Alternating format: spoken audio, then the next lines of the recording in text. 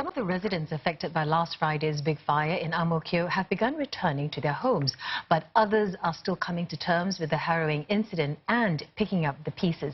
Tang Si-hui has the story. It's this family's first day back since the day of the fire. Clearly, moving back is not yet an option. Not after this blaze turned their lives upside down. They live directly above the shops that were gutted. 我现在跟你讲，我很怕，我整个人都真的那个情形哦，很怕，就是很怕。 At that time, Mrs. Lim was at home with her aged mother-in-law and young grandchild. Luckily, they escaped in time, but there was simply no time to leave with anything else. 哦，我们全部都坏了，我家里的东西都坏了，都不可以用。电器吗？对，电器啦，房间的东西，一切啦，一切都坏了。 The family just left their home with whatever they can salvage to their temporary home where they will put up for the next 3 to 4 months. Earlier, they told me they had an insurer to assess the damage in their home. While we couldn't film what's inside their house, they took us through the damaged part of their home, which was the kitchen. It was completely filled with soot and there was still a burning smell inside. Now, they were also taking their damaged goods and they placed them right outside over here. They told me all of these will be thrown away because they cannot be used anymore. Meanwhile, down the third floor corridor is another family.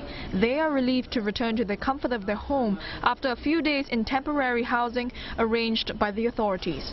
Their unit was barely affected because it was not so close to the flames.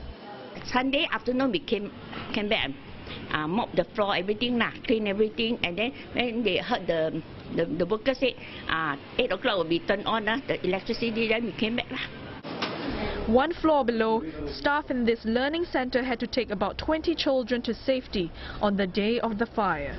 After some repainting and cleaning work over the weekend, this was the center's first day of operations since the fire. Just now, actually, when after their homework time, we did speak to all the students to make sure they have closure after the fire.